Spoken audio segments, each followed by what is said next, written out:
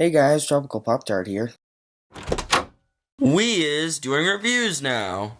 Hey, what are you doing here? You know why I'm here. In your Minecraft Let's Play, you have killed 100 Endermen, and I have been hired to hunt you down and kill you.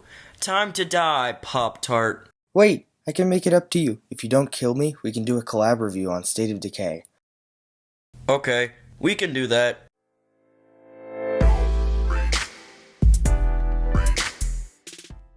State of Decay is a zombie apocalypse game, and it was released for the Xbox 360 and PC on June 5th, 2013. We are recording footage for it on an Xbox One. I was first introduced to the game in 2014. I did not own the game, I only had access on my father's Xbox One. I decided after watching him play that I would get a hold of the game. I started a game share with my father and bought the DLCs, and it kicked off my adventure into State of Decay. As for me, I had never heard of State of Decay until Tropical Pop-Tart told me about his Let's Play on it. I watched it and thought the game was cool. I had also recently been doing reviews myself, insert shameless plug here, so I decided to ask him if he wanted to review something, and he chose this game because it is relatively unknown by good game standards. I had always been fascinated with zombie games, so this was right up my alley. If you've never heard of State of Decay, it is based in a post-apocalyptic world in which zombies have taken over. It seems to be a very uninteresting and overused concept, but it has its merits. The zombies will not usually infect you with their virus, it is a rare occurrence. You can be bitten and not turn. This is a fairly new concept in a zombie game or film. It is a story-based game, but it is not run by cinematics. It has fairly interactive moments even when a cutscene is happening. The two main characters you start with are named Marcus Campbell and Ed Jones. You are playing as Marcus in an abandoned town in a valley during autumn. You begin by immediately fending off two zombies to introduce the basic mechanics like fighting and moving controls. Both characters are unaware of the recent epidemic. They find refuge in a ranger station. Your only escape is through a bridge that has collapsed, making it pretty useless as a bridge. You eventually find your way out, after finding supplies, which teaches you about the inventory items and searching, and make it to the main valley area, the first town you will see. You had been contacted by a woman named Lily Ritter, who persuades you to come join her in her community of survivors. In the story you do not get a choice of housing and instead must trek to the church. Along the way you may find a car, which allows the game to teach you about how to drive and use cars for their many in-game uses. You should find yourself at the church, and that is when the game loosens its grip on tutorials. It will occasionally remind you how to brake while driving, or what button to fight with, and if you come across a feature you haven't seen, it will talk about that too. You are left to make your own decisions about following the story or doing side missions. You can enter almost any building and search for new supplies, follow new missions. Lily will speak to you about new missions and problems with the base, considering she's the radio operator. And overall, just continue your life in the zombie apocalypse, with plenty of skill-building challenges along the way. Now that I've overviewed the story, let's move on to the presentation.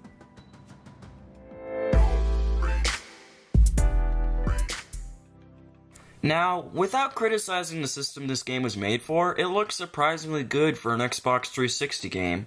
The graphics have held up real well, and I genuinely feel as though my character is walking through autumn forest and abandoned towns. They aren't the best graphics you'll ever see, but they made the game appealing, and it looks as good as some games on the Xbox One. Hey Tropical Pop-Tart, what did you think of the graphics for this game? I pretty much agree with everything you've said. On to the gameplay.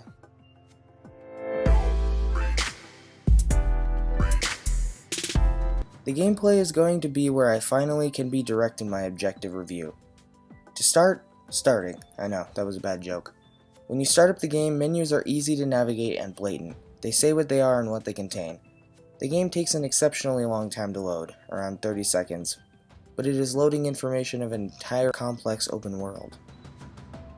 The game, in a way, continues without you. Characters get hurt, sleep, use supplies, and pretty much live without you. They don't ruin things, and I don't think people can die while you are not playing. It just doesn't lie dormant as if it needs you to continue, and you can actually see a different time, or cars have been fixed, people rested, and things built. This can all happen while you have turned off the console and had lunch. The controls are what you'd expect for the most part. A to jump, B to crouch, LB to sprint, LT to aim, and RT to shoot, and obviously those are not the only controls, but they are the most simple. Straightforward controls that most games contain makes it easy to start up without ever even knowing the controls. Thankfully, that isn't a problem as the game shows you the controls at the beginning, for the most part. The zombies come in 4 major varieties with several subsets. These create their own challenges. For example, the basic zombie. Most run or shuffle and they have the only variability of the zombies. They come as basic, yellow-eyed, SWAT, and military varieties. Military and SWAT are tougher and have helmets that protect from headshots, and yellow-eyed only spawn at night and can run very fast. Screamers are a zombie type that let out an ear-piercing screech, and they are not a type of basic zombie, nor will any of the ones after this. They attract zombies with it, as sound attracts zombies. That sounded kind of repetitive. They also stun you, but they do not damage you on their own. They rely on others. When present, they create infestations, where there are up to 2 in an area and many basic zombies. The bloater is a disgusting, lumpy zombie that slowly shuffles, waiting for you to hit it. It explodes, creating a gas that depletes health and stamina. The worst are feral zombies. They run quickly, are large, are almost unaffected by melee, and do plenty of damage. I think they are overpowered when you're on foot, and even when in a car, they dodge you and can easily rip doors off. The second worst is the Juggernaut. They charge at you and are just as ferocious as a feral, only they can slow down your car if they hit it. They only die to many headshots or fire from things like Molotovs or firebombs, or even incendiary shotguns. The weapons have a lot of variety. There are many you can only find one of, and you are always seeing something new. They have sharp, blunt, ranged, and explosive weapons. With these you can upgrade your fighting and shooting skills. These skills help you do things better. Driving, cardio, powerhouse, and wits are included, and there are many more specialized skills. A good example is how when you have a higher shooting skill, the gun will automatically direct you towards zombie heads more and more as you level up. You can do this for all of your community, which you can switch to as long as you are friends with a member, in which case you can switch to their character. You must keep supplies up, morale, and influence for your base, and relationships and health for characters.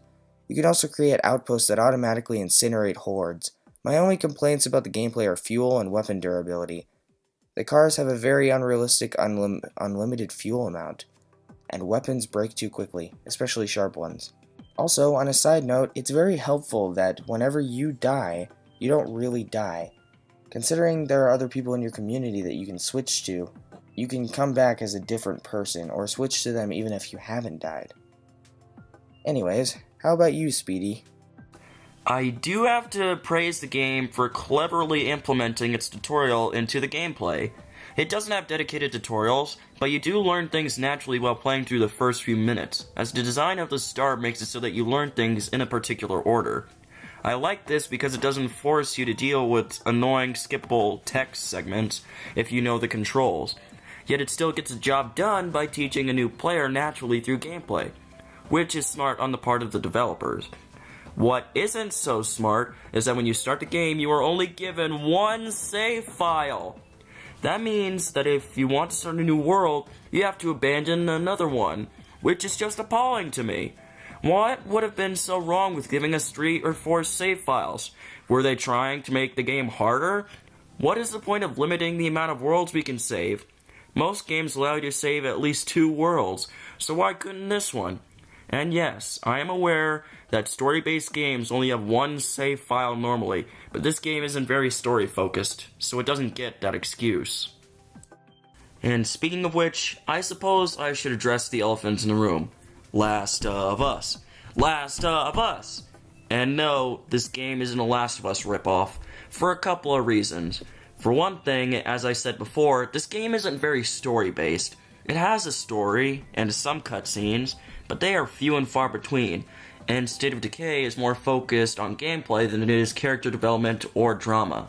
On top of that, State of Decay is very replayable because there is no proper end to it, and each world you start is almost completely different, other than the map. Linearity is not a thing in State of Decay. Compare this to Last of Us, a game heavily based on drama, cutscenes, characters, linear stages, and it is a game that isn't very replayable since you get the same experience every time. Not to mention how long that experience is. If this game was a carbon copy, it would have all those things, but it ain't. For example, the main characters of Last of Us are Joel and Ellie. Joel is a depressed, middle-aged man who wants to survive the apocalypse. Ellie is a young girl who can survive zombie bites and has a spunk to her. If this game is a ripoff, shouldn't there be characters just like Joel and Ellie? There's a difference between having similar setups and being a ripoff, and State of Decay does not equal Last of Us. That's like saying Contra is a ripoff of Mega Man because both are running guns in the future. There's just no ground to stand on this argument.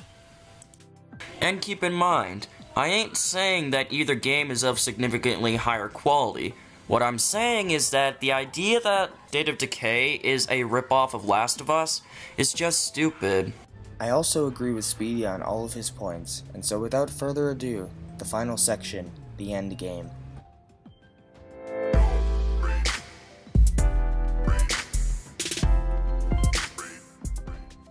State of Decay has one ending. The first is not an ending. It is the continuation of your world at a higher difficulty. All loot is reset, but randomized. You move to an RV with your supplies, your community leaves, other than Lily, and you are left to fight off the new, harder zombies and create a new and better defended society. By the way, you don't have to switch to a higher difficulty, but why would you want to continue the game otherwise? It creates an interesting challenge. It is almost to be considered an ascension. You start fresh, just with some benefits and some downgrades. The second ending is an actual ending. It is a final mission. After you have completed this, you will end the game. I will finally put in my subjective opinion on the game. I would rather play on.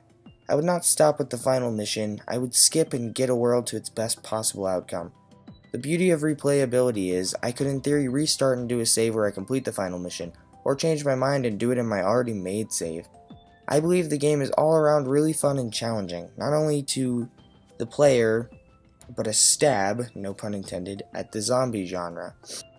It brings a good mixture of new and familiar aspects of zombie survival to the table, which is even more evident in the second game, review to happen eventually. Speedy, what do you think as a new player seeing this as a new experience? Well, in the short time I've played this game, I found it to be really fun. I like the gameplay, the graphics, and I'm honestly surprised I've never heard of this series until now. I would recommend this to any fan of zombies or even gaming in general. If y'all are wondering if I prefer this over Last of Us, I'm not going to answer that here because that would lead to people raging in the comments and missing the point entirely. And I don't want Poptart to be dealing with spam. I still reserve my opinions. With all that said, thank you for letting me join you, Tropical Poptart. All things said and done, this is a high quality game for all open world gamers to enjoy. This has been really fun, and thank you to a few people. First, SpeedythEnderman for helping me script and being a good friend and YouTuber. Also, thank you to State of Decay for being one of the games that made me the gamer I am today. Anyways, thank you guys for watching, hope you guys enjoyed, and I'll see you guys next video. Poptart out.